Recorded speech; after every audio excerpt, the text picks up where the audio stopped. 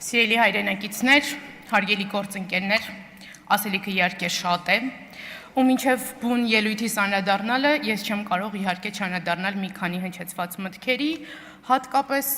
պարոն Գաբրիելյանի եւ գործընկերոջս հարց ու պատասխանին, որտեղ պարոն Գաբրիելյանը իրենց իշխանությանը շատ բնորոշ ձեռագրով Կներեք Տիկի Մաթեոսյան, հարգելի գործընկերներ, լռություն դահլիճում որտեղ պարոն Գաբրիելյանը իրենց շատ բնորոշ ձեռագրով ամբողջությամբ լղոզեց հարց ու պատասխանը։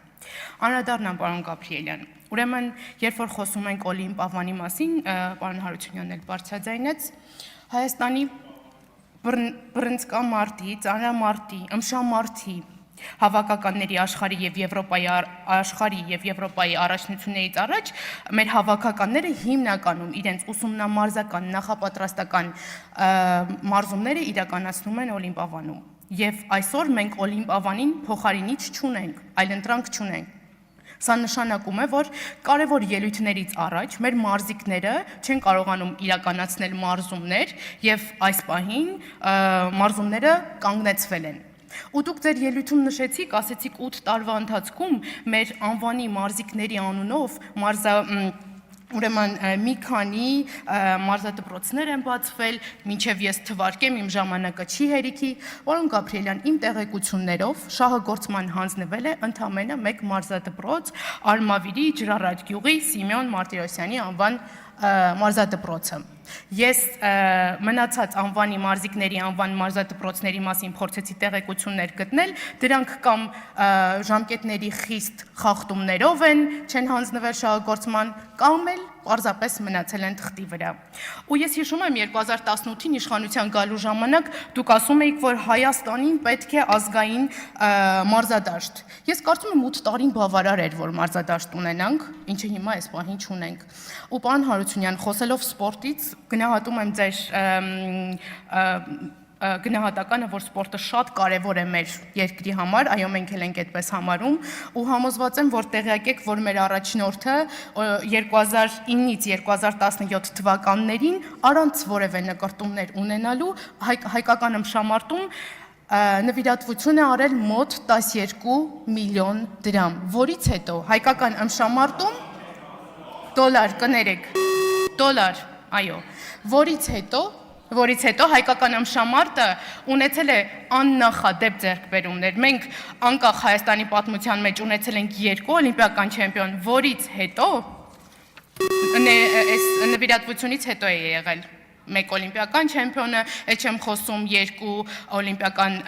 արտաթե մեդալների մասին, չեմ խոսում 6 ոսկիների մասին աշխարհի առաջնություն ու չեմ խոսում 8 եվրոպական մեդալների մասին, ոսկե մեդալների մասին։ Տիկին Ղազարյան, անդրադառնալով իմ այն պնդմանը, որ ասել էի, որ ճիշտ չէ հայոց պատմությունը Հայաստանի պատմություն սարքելը, դուք ասեցիք, սա կայսրության պնդում է, մի ասեք այսպես։ Ես ինչքան տեղյակ եմ, աշխարհում կայսրություններ այլևս չկան, Տիկին Ղազարյան, որ կայսրության մասին է խոսքը, թուրքական կայսրության պնդումներն են սրանք։ Ու անդրադառնամ նաև պարոն Եղոյանի պնդմանը, ով եկավ այստեղ կանգնեց ու ասեց, որ այո, պետականամետ,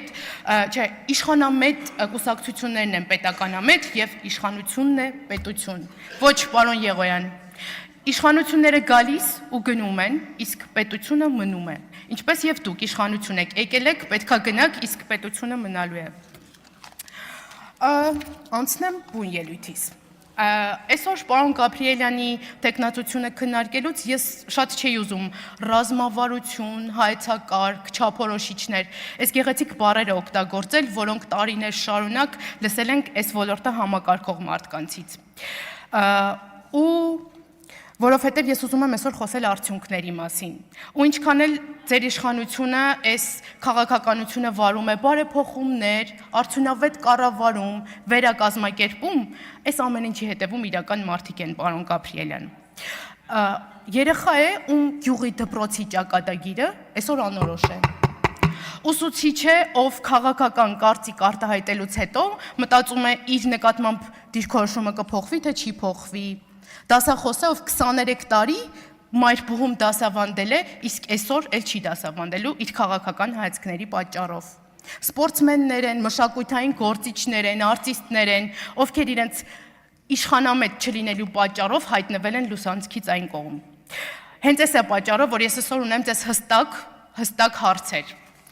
Ու այո, դուք իմ գործընկերոջը հարցրեցիք, ասեցիք հղում տվեք այն որոշմանը, դպրոցների փակման, դուք ինքներդ այդ հղումը տվեցիք, այո, ԿԳՄՍ նախարարի որոշմանը ես կկարդամ 2023 թվականի սեպտեմբերի 11-ի համար 1790 որոշումը, որտեղ սկզբում խոսվում էր 232 դպրոցների մասին, ավելի ուշ 229 դպրոցների մասին։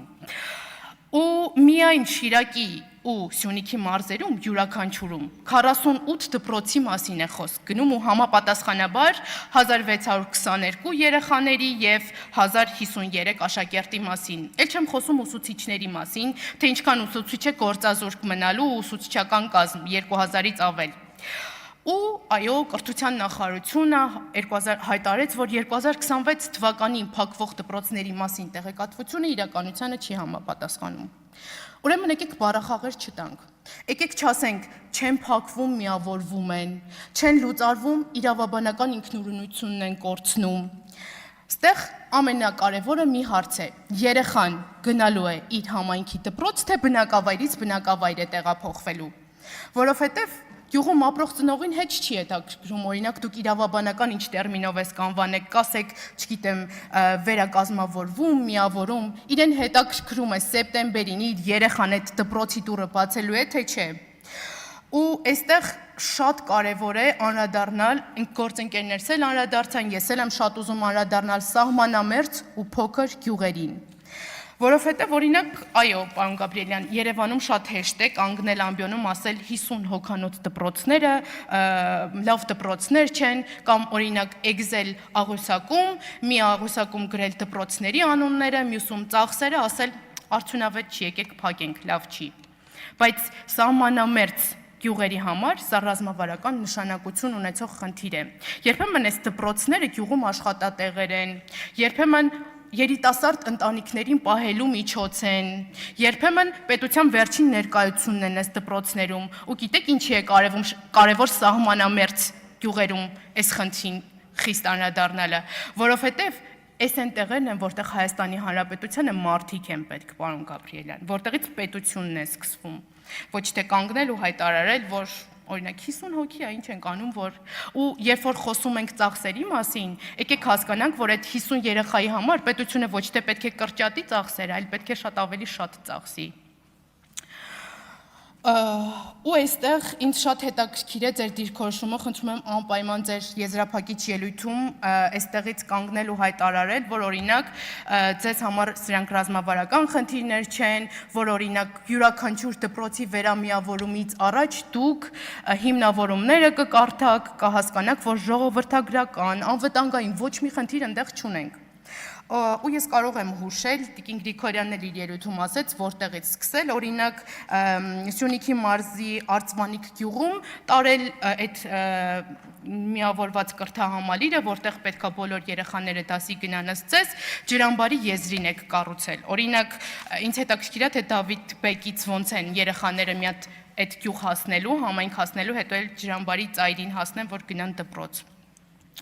Ու ժամանակը շատ քիչ է, բայց ուզում եմ նաև ապաքաղաքականացման, դպրոցների ապաքաղաքականացմաններ անդրադառնամ, որի մասին այս իշխանությունները գալուց հետո առաջինն էին կոռում ու ասում դրա մասին։ Այո, ես համաձայն եմ, դպրոցները պետք է լինեն ապաքաղաքական, բայց ոչ ապաքաղաքական ընդդիմության համար, իսկ իշխանության համար քաղաքական։ 2026 թվականի ընտրարշավի ժամանակ բազմաթիվ գրանցվեցին, երբ որ ուսուցիչները, աշակերտները դասաժամի ժամանակ հայտնվել էին իշխանական քարոզարշավի միջոցառումներին։ Ու երբ որ այստեղից հայտարարում ենք, որ պետք է ապաքաղաքական լինի, ինձ շատ հետաքրքիր է, թե ինչ գործ ունի իշխանության քաղաքականությունը այս դպրոցների դռներից ներս, կամ որ ասում են, որ եթե ուսուցիչը մասնակցում է ընդդիմության հանրահավաքին, ինքը քաղաքականացված է։ Երբ որ գնում է օրինակ իշխանության միջոցառումներին, սա քաղաքականություն չի, սա քաղաքացիական դասընթաց է, կամ չգիտեմ, օրինակ արտադասարանական պարապմունք։ Եկեք ճիշտ կոչենք անունները, սա վարչական ռեսուրսի կիրառում է։ Ու պարոն Գաբրիելյան, ձեր ելույթում անդրադարձեք նաև այս հարցին։ Պատրաստ եք հրավիրել են տնօրեններին, ուսուցիչներին, ովքեր կպնդեն, որ այսպիսի իրենց խնդրել են, իրենց ստիպել են, որ կան այս հավաքներին, ինձ շատ հետաքրքիր է, օրինակ հանձնաժողովները հոմենակ օրենքներ ընդունել քննարկելու համար չեն, եկեք հրավիրենք, տեսնենք ինչ պատկեր է։ Ելույթը շատ ավելի երկար էր, 20 վայրկյան եւ ավարտում եմ։ Կուզեի անդրադառնալ մայր բուհում տիրող իրավիճակին, մշակութային գործիչներին, արտիստներին, սպորտսմեններին, որտեղ նույն պառակտման քաղաքականությունն է տարվում, բայց ավարտվեց։ Շնորհակալություն։